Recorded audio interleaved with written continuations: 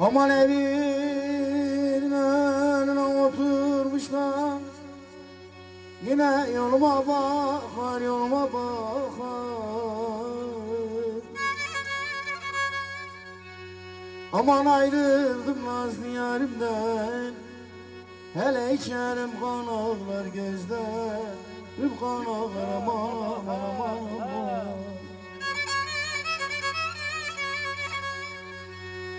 Hele otursam ağlasam da yine le. Ah elberinden olmuşsan nereden olmuşsan.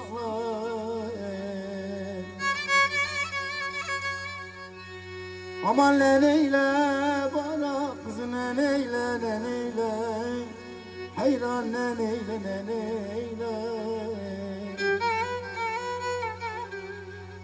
Hele gel otur yanıma da yine ufak dedik söyle.